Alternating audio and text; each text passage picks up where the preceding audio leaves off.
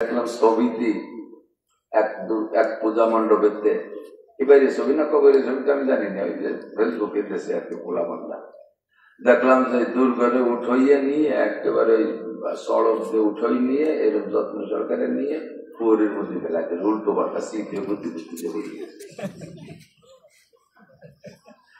কত বড় ক্ষমতাবান যে তার মখলুকরা তার সিট টাইট করে ফেলাই দিল, কিছু করতে পারল না। যারা বানাইছে তারা বেলাইছে। আল্লাহ পাক রব্বুল আলামিন মহান ক্ষমতার মালিক, ঠিক কিনা? ওয়াইজা রাদা শাইআন ইয়াকুল লাহু কুন ফায়াকুন। যাহা করার আসমানকে হাতে বানাইলে। কত বড় আসমান! আসমান কত বড়? এটা আমাদের ঘরের চেয়ে বড় হবে না? আসমান কত বড়! আল্লাহু আকবার। ওর কুল কিনারা খুঁজে পাওয়া যাবে না। বলি সুবহানাল্লাহ। আসমানের পুরু কতটুকু? চান্দুয়া কাপড়ের মতো একটুকু।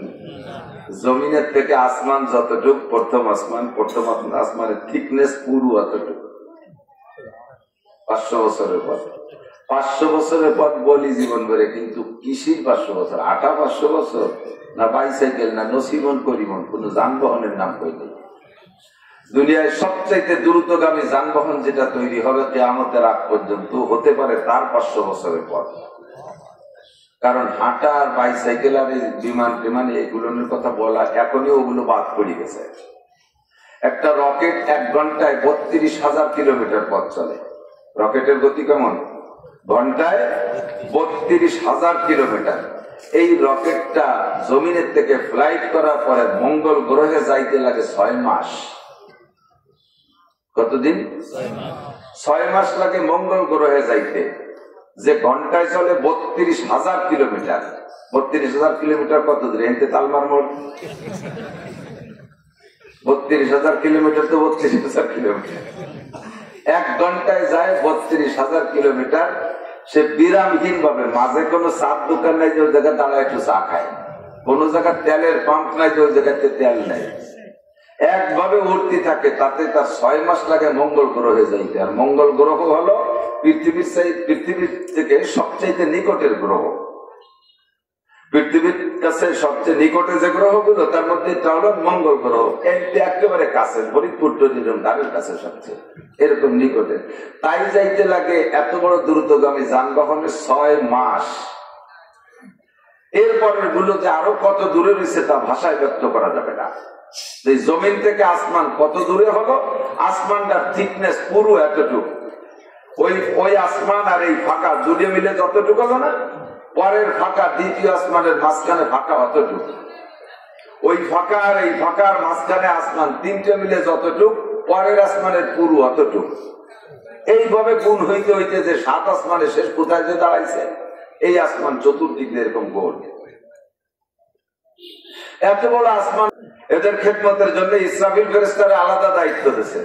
এদের খেদমতের জন্য আজরাইল ফেরেশতাকে আলাদা দায়িত্ব দিয়েছে। প্রত্যেকটা মানুষের বডি পরিচর্যার জন্য, পরিচালনার জন্য আল্লাহ তাআলা প্রত্যেক জয়েন্টে জয়েন্টে, বলা হয় 360টা জয়েন্ট আছে মানুষের দেহে।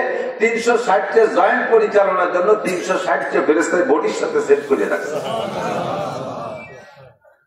এবার এই ফেরেশতাদের ভিতরে আবার আল্লাহ পাক রব্বুল আলামিন স্বাধীনতা রাখে নাই। ফেরেশতাদেরকে স্বাধীনতা দেয়নি। যদি ফেরেশতাদেরকে স্বাধীনতা দিত, তাহলে আমরা ফেরেশতাদেরকে পয়সা দিয়ে কিনে ফেলতে পারতাম। তুমি তোমার ইচ্ছে মতো পয়সা খালি খাবা, বাংলাদেশের এই জনগণের কাছ থেকে পয়সা করে নিয়ে কানাডা নিয়ে দালান টালান বানাবা, এই যদি সুযোগ থাকতো ফেরেশতাদের, তাহলে ওদেরও ঘুষ দিয়ে কিনে ফেলতে পারতাম। আজরাইলে পয়সা দিয়ে হায়াত বাড়ায় ফেলতে পারতাম। তুমি 200 কোটি টাকা আনো, আমার বাড়ির দ্বারে আসবা না। কথা কম। আজরাইলের ঘুষ খাওয়ার সাহস আছে? এই স্বাধীনতা আছে? কোন ফেরেশতার নাই। আমাকে এলাকার ব্যাগের দরকার, আজরাইল মিকাইল আলাইহিস সালামকে পয়সা দিলাম যে আপনি 200 কোটি টাকা দেবেন, এই সরকার যে বৃষ্টি নামাই দিলাম। পয়সায় বিক্রি হয় না? হওয়ার কারণই হলো স্বাধীনতা নাই। তুমি যত কোটি টাকা দাও না কেন, তোমার ওই টাকার কাছে সে বিক্রি হতে পারবে না। সে আল্লাহর হুকুমের গোলাম। আল্লাহ যাহা বলেছে পাই টু পাই পালন করা লাগে। আপনার 2টা চোখ পাহারা দেওয়ার জন্য 2টা ফেরেশতা আছে, দেখছেন নাকি? কোন চোখের ঘর বসে যায়, তারপরে দেখা যায় না। জিসকো নূরানিয়ুন একটা নুরানি দেহ ফেরেশতারা এত শাক্কালুবি আশকালি মুক্তালিফা বিভিন্ন সময় বিভিন্ন রূপে রূপান্তরিত হয় ফেরেশতারা। লা ইয়াকুলু ওয়া লা ইয়াশরাবু, খায়ও না পানও করে না। লা ইয়াবুলু ওয়া লা ইয়াবুতু, পেশাব পায়খানা করে না।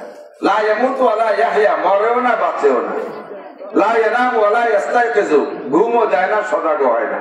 লা ইয়ালিদু ওয়া লা ইউলাদু, জন্ম নেয় না জন্ম দেয় না। যারা যেভাবে বানাইছে সে সেই হালাতে থাকে। দুইটা চোখ পাহারা দেওয়ার জন্য দুইটা ফেরেশতা। বিশ্বাস হয়? কথা বল, বিশ্বাস হয় না? এই দুইটা ফেরেশতা চোখের কাছে থাকে, আপনাকে দৈনন্দিন চোখ পাহারা দেয়। দেখেন শরীরের ভিতরে যত অঙ্গ আছে সবটাইতে এক্সপার্ট, দ্রুত চালু কোন অঙ্গটা? কোন? চোখ, ঠিক না? যত তাড়াতাড়ি কেউ আসুক না কেন পট করে সে কপাট বন্ধ হয়ে দেয়, শাটার নামায় দেয়।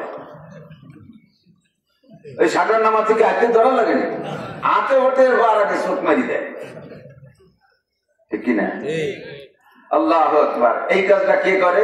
দেহের ভিতরে অন্যতম অঙ্গ বাহ্যিক ভাবে ব্যবহারের জন্য মানুষের চক্ষু দুটো আমার মনে হয় সবচেয়ে দামি,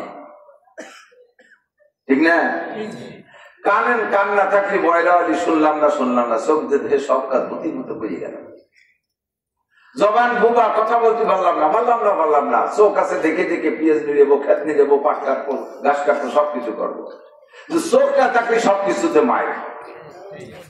আল্লাহ পাকে যদি বলেন কুল হাল ইয়াস্তাবিল আমা ওয়াল বাসীর, তুমি বলো তো চক্ষু ওয়ালা লোক আর অন্ধ লোক কি কখনো সমান হতে পারে? যেমন হাল ইয়াস্তাবিল হাই ওয়াল মাইয়িত, জীবিত মানুষ আর মরা মানুষ যেমন সমান হতে পারে না, চক্ষু ওয়ালা আর অন্ধ মানুষের সমান হইতে পারে, ঠিক না?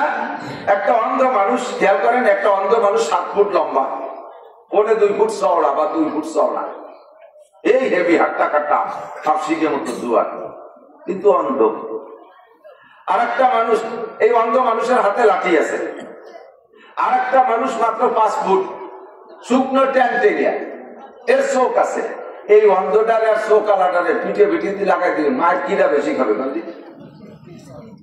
ওই চোখালা একটা বাড়িও খাবে না, তো চোখ দিয়ে ঘুরে ঘুরে লাঠিতে সরে থাকবে। অন্ধওয়ালা পিঠ কালা পিঠ লাল হয়ে যাবে বাড়ির ছেলায়, ও কাল ছোট হলেও ঘুরে ঘুরে দেখে দিয়ে পিঠে হয়েছে, ঠিক না? আমার আপনার চোখ পাহারা দেওয়ার জন্য আল্লাহ তাআলা 2 জন ফেরেশতা নিয়োজিত রেখেছেন, নিযুক্ত করেছেন। এই চোখের কাছে একটা, এই চোখের কাছে একটা। কোন চোখে ফেরেশতার স্বাধীনতা নাই। এই চোখের কাছে ফেরেশতা জানে না যে বাম চোখের কাছে কে আছে। তারা যেদিন এখানে দায়িত্ব দিচ্ছে সারা জীবন একটা চোখেরই পাহারাদারি করে। এই নাকের ছোট্ট একটা বেড়া পার হলে ওই পাশে ফেরেশতার সাথে দেখা হয়ে যায়। 2 জন বসে বসে খালি ভাও গল্প টল্প, মোবাইল টোবাইল দেখা দিয়ে করতে পারে, গেম খেলা খেলে যেত, কিন্তু কোনো অবস্থাতে এই বেড়া টপকায় ওই ধারে যায় না, কারণ স্বাধীনতা নেই। কি নাই? স্বাধীনতা। আল্লাহ পাক আমাকে আপনাকে স্বাধীনতা দিছে কি দেয়নি? স্বাধীনতা দিছে না? হাতির স্বাধীনতা নাই। কত বড় বড় হাতি মানুষের কাছে ধরা পড়ে যায়, পায়ে শিকল দিয়ে বাঁধতে তুইছে, তার পেটে বাচ্চাও হচ্ছে, বাচ্চা বের টাইম দিয়ে মানুষে নিয়ে গেছে, মা বাচ্চার কাছে যার জন্য কত ছোট ছোট পাগলামি করতেছে, মোটা মোটা সাইড দিয়ে শিকল দিয়ে গাছের সাথে বাঁধতে তুইছে। এত বড় শক্তিশালী হাতি হওয়ার পরও নিজের বাচ্চাটার একটু আদর করতে জাতি পারতেছে না, মানুষের কাছে ধরা খেয়ে গেছে। গাবতলির হাতে 26 লাখ টাকা গত কুরবানিতে টাইনে বিক্রি হয়েছে। 2 টন ওজন, 50 মন গোশত। গায়ে কি একটু একটু শক্তি? এত বড় শক্তিশালী আগে যারও স্বাধীনতা নাই, 10 তারিখে সে টান টানে শোয়াই ফেলাইছে, যদি জমিতে 1 সপ্তাহের মধ্যে খাইয়ে পায়খানায় পৌঁছে গেছে। কোনো মাতব্বরি আছে? কোন গরুর যদি স্বাধীনতা থাকতো তাহলে একটা আমরা কোরবানি দিতে পারতাম না। কোরবানির আগে গরুরা ওরা জোট করে সমন্বয় আন্দোলন করে আমাদের সমান করে ফেলাই দিত, একটা আমরা টিকতে পারতাম না।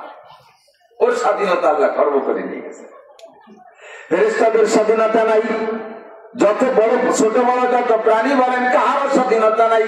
রয়্যাল বেঙ্গল টাইগার একটা বাঘ যদি আপনাদের নগরকান্দায় ঢোকে, শুধু নগরকান্দা না, যদি বলা হয় বাগের হাট পার হইয়া মোল্লারহাট ব্রিজ পার হয়ে এবার গোপালগঞ্জের মধ্যে ঢুকছে, ও খালি উত্তর দিক দৌড়ছে। খবর আছে যে বাঘ খালি উত্তর দিক দৌড়ছে। এই খবর শোনার পরে আমার মনে হয় যত ভালোবাস করি একজনও থাকবেন না। উত্তর দিক দৌড়ছে, বাঘে যে দৌড় দৌড়ে কতক্ষণের মধ্যে চলে আসছে নগরকান্দা আসছে, তার কয় লাভ লাগবে রে? আর ঢুকে যদি এক দিতে পারে একটা বাড়িকে আমাকে এত মানুষে খাতি পারবে, প্রত্যেকের মনে হয় বাঘটা আমার দ্বারে, এরকম ভয় লাগবে কি লাগবে না? এত বড় ভয়াবহ হিংস্র রয়্যাল বেঙ্গল টাইগার, যার ডাক শুনলে বড় বড় বিটা মানুষের আটটা কালায় যায় স্টপ করে, এই রয়্যাল বেঙ্গল টাইগারের স্বাধীনতা নাই, মানুষে ধরে থাকে চিড়িয়াখানায়, কিভাবে আটকায় ফেলাইছে 12 মাস কালে টেক আপ করে, সারা 12 মাস কাল বসে বসে সুবহানাল্লাহ আলহামদুলিল্লাহ বলতে উম্মা মানুষে কিছু দিলি খায়, না দিলি বসে বসে আল্লাহ বিল স্বাধীনতা শেষ। বনের রাজা সিংহ, তারও দেখলাম কি বলা হয় চিড়িয়াখানার ভিতরে বন্দী, তারও স্বাধীনতা শেষ, ঠিক না? আল্লাহ তাআলা আমাদের স্বাধীনতা ঠিক রেখেছেন কিনা কথা কন? আমরা মদ খাইলে খাইতে পারি, গাঁজা খালি খাইতে পারি, আল্লাহ সে সময় মুখ সিবে ধরে কথা কন ধরে? আমরা যা করি জিনা করার সময় ফেরেশতা পাঠাইয়া চাবুক দিয়ে বাড়ি শুরু করে না, ঘুষে টাকা হাতে ধরার সময় হাতে প্যারালাইসিস করে দেয় না, সুদে টাকা ধরার সময় হাতে প্যারালাইসিস করে দেয় না, জানি যাত্রা করসা কাজিন গুণ যাত্রা, দুর্গা পূজা, কালী পূজা, সরস্বতী পূজা, লক্ষ্মী পূজায় মুসলমানরা যাকে যাকে যাচ্ছে, একটা মানুষের ঠ্যাং ভেঙে দেয় না, একটা মানুষের চাকা পাংচার হয়ে যায় না, খোলায় মোড়ায় আসতেছে না, যেভাবে বুক ফুলে যাচ্ছে সেভাবে বুক ফুলে চলে আসতেছে। স্বাধীনতা আছে না নাই? মসজিদে আনার জন্য আল্লাহ বাড়ি কের বাড়ি বালকি পাঠায় দেয় না, মাহফিলে আনার জন্য আল্লাহ কের বাড়ি গাড়ি পাঠায় না, শুনে তুমি গাড়ি পাঠাই দিচ্ছে, গাড়িতে আসবে ওয়াজ শুনে দাও, পাঠাইছে নাকি? আমার এখানে আসার স্বাধীনতা আছে, ওখানে যাওয়ার স্বাধীনতা আছে, এখানে না আসার স্বাধীনতা আছে, ওখানে যাওয়ার স্বাধীনতা আছে, ভালো করার স্বাধীনতা, মন্দ করার স্বাধীনতা মানুষের আছে না নাই? এই স্বাধীন করে দিয়ে আল্লাহ তাআলা মানুষকে দুটো পথ দেখা গেছে, হাযা সাবিলুল হিদায়াহ ওয়া হাযা সাবিলুল গায়ী, এটা হিদায়াতের রাস্তা আর এটা গুমরাহির রাস্তা।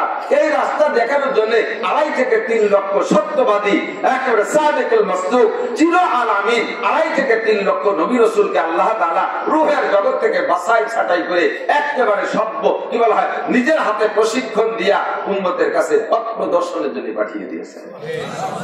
যাদের চরিত্রের উপরে, যাদেরকে অমান্য করার বহুত মানুষ থাকবে, কিন্তু চরিত্রের উপরে চুল পরিমাণ দাগ দেওয়ার সাহস কারো হয় নাই। কাফেররা নবীদেরকে মানে নাই, কিন্তু নবীদের উপরে কলঙ্কের দাগ লাগাইতে পারে নাই, বলে নাই যে মুহাম্মদ মিথ্যাবাদী। এমনকি আবু জাহেলের মতো আন্তর্জাতিক খ্যাতি সম্পন্ন আবাল, এত বড় দামড়া যে নবীর সাথে জীবনটা ভরিয়ে যুদ্ধ করে গেছে, লাস্টে যুদ্ধে যায় বদরে মরিও গেছে জাহান্নামে। দেখতে গেছিলাম এবার আবু জাহেলের সেই জাহান্নামের গাঠিটা কোন জায়গায়, বদরে গেছিলাম, 14 জন শহীদের নাম এক জায়গায় চার্টে টানানো আছে, সেখানে দাঁড়িয়ে দোয়া করলাম। ওই জায়গায় দাঁড়াইলে ওই 14 জনের যে চার্টটা দেয়া আছে ওর নিচে দাঁড়াইলে মনে হয় যেন আমি জান্নাতের মধ্যে দাঁড়াই আছি। কার কেমন অনুভূতি আমি বলতে পারি না, আমি দাঁড়াই আমি নিজেকে নিজে কন্ট্রোল করতে পারতেছিলাম। আমার মনে হচ্ছিল যেন এসে 14 জনকে আমি দেখতেছি, এরকম লাগতেছে। আর ওর খানিক দূরে দূরে থেকে দেখা যায় ওই সুরঙ্গ আবু জাহেল জাহান্নামের মধ্যে ঢুকছে, ওরে যে জায়গা মারছিল, যে জায়গা দাফন করছিল, পুঁতে দিচ্ছে, সে জায়গাটাও সে জায়গা আছে। এত বড় বদমাশ আবু জাহাল। তার কাছেও আবু সুফিয়ান কাফের থাকাকালে একদিন জিজ্ঞেস করছে, মে ভাই মোহাম্মদ রে মানি আর না মানি, তুমি তো সত্যি কথা কও দিয়ে জায়গাটা আমি তুমি ছাড়া কেউ নেই, ওকে কোনোদিন মিথ্যে কথা কওয়ার অভ্যাস? কবাডি ওয়া করতে পারবো না, মিথ্যে কথা মোহাম্মদ কোনোদিন কয় না, সে কি ধোকাবাজ, ওই তো চোখা বাজে, সমস্ত কথা তার সাথে চলেই না। সুবহানাল্লাহ। আবু জাহেল নবী পাকের প্রত্যেকটা চরিত্রের উপরে মানে কি বলা হয় প্রশংসা সার্টিফাই করেছে। 2.5 থেকে 3 লক্ষ নবী রাসূল সবাইকে আল্লাহ তাআলা এরকম সত্যবাদী করে দুনিয়ায় পাঠিয়েছেন। সেই সত্যবাদীরা বলেছে হাযা সাবিলুল হিদায়াহ, এই দিক ডাইন দিক হলো হিদায়াতের রাস্তা, হাযা সাবিলুল জান্নাহ, এদিক জান্নাতের রাস্তা, ওয়া হাযা সাবিলুল জাহিম, এদিক হলো জাহান্নামের রাস্তা। এবার আল্লাহ পাক স্বাধীনতা দিয়ে বলে ওয়ামান শাআ ফালিউমিন ওয়ামান শাআ ফালিয়াকফুর, আমি জবরদস্তি করব না, লা ইকরাহা ফিদ্দীন, ধর্মের মধ্যে কোনো জবরদস্তি নাই, কোন মুসলমান কোন অমুসলমানকে পিঠে কলেমা পড়াইতে পারবে না, প্রলোভন দিয়া দুনিয়ার টাকা পয়সা লোভ দিয়ে তাকে ইসলাম গ্রহণ করাইতে পারবে না। এখানে যা সমা আলাইকুম ইল্লাল বালাগ, তোমাদের দায়িত্ব শুধু তাবলীগ করা, পৌঁছে দেবা, বয়ান করবা, তোমরা বয়ান করবা, নবীরা যেমন বয়ান করেছে উলামায়ে কিরাম বয়ান করবা। আমি তাদের স্বাধীনতা দিয়েছি, যার মনে চায় মানবে, যার মনে চায় না মানবে না। মানার প্রতিদান আমার কাছে, না মানার প্রতিদান আমার কাছে। মান ইহতাদা ফাইন্নামা ইয়াহতাদি লিনাফসি, হিদায়াতের বাণী যে গ্রহণ করবে এর প্রতিদান সে নিয়ে বিনা হিসাবে জান্নাতে চলে যাবে। ওমান দাল্লা ফাইন্নামা ইয়াদিল্লু আলাইহা, আর যে গুমরাহির পথ বেছে নেবে, এই স্বাধীনতাকে প্রয়োগ করে গুমরাহির পথ বেছে নেবে, তার প্রতিদান আমার হাতে আছে। ফি নারি জাহান্নামা খালিদিনা ফিহা আবাদা, অনাদি অনন্তকালের জাহান্নাম তার জন্য আমি রেখেছি। আপনার স্বাধীনতাকে প্রয়োগ করে আপনি কোথায় যান, কতটুকু করে ওঠেন, আল্লাহ পাক একটু ধৈর্যের সাথে দেখে। আল্লাহ বড় হালিম। আল্লাহর যত নাম আছে, একটা নাম কি হালিম, আর একটা নাম কি সবুর। সবুর, হালিম এর মানে হলো পরম ধৈর্যশীল, চরম ধৈর্যশীল। আল্লাহ যদি আমার মতো মিজাজি হতো, কবে আমাকে আপনাকে 12 ভয় বেলায় দিত, এদের ঘাতি দিত না, পানি সব বন্ধু দিত। আমি তো দু এক সময় খুব খারাপ লাগে যে আল্লাহ কিভাবে পারে, যেই আল্লাহ সৃষ্টি, যেই আল্লাহ জমিনে বসবাস করি, সেই আল্লাহকে একটা বার আল্লাহ বলে ডাকতে পারি না, দেবদেবীকে পূজা করি। মুসলমান নামে মাত্র কলেমাটা পড়িয়া সারা জিন্দেগিতে একটা সিজদা দেই না, নামাজ পড়ি না, সিজদা দেই না, আল্লাহ নামের একটু জিকির করি না, তারপরে আল্লাহ পাক আমাদেরকে খাওয়াচ্ছে। আল্লাহর চাইতে বড় হালিম আর সবুর হতে পারে না, ঠিক না? আল্লাহ তার এই নামের ওসিলায়, গুণের ওসিলায় ধৈর্যের সাথে চুপ করে বসে থাকে। দেখি বান্দা তার স্বাধীনতাকে প্রয়োগ করে স্টার্টিং ডান দিক ঘুরাই দেখি, স্টার্টিংটা ডান দিক ঘুরাই দেখি, এই অপেক্ষা করে। যদি কেউ ঘুরাই আসে, কে যেন বয়ান করতেছিলেন ঈশার পর নাকি, আমি যখন আসি তখন শুনতেছিলাম যে আল্লাহ পাক রব্বুল আলামিন অপেক্ষা করে, বান্দা 1000 বছর গুনাহ করছে, আয়াত দিছি, সববার আগার তওবা শিকস্তে বাজ আ,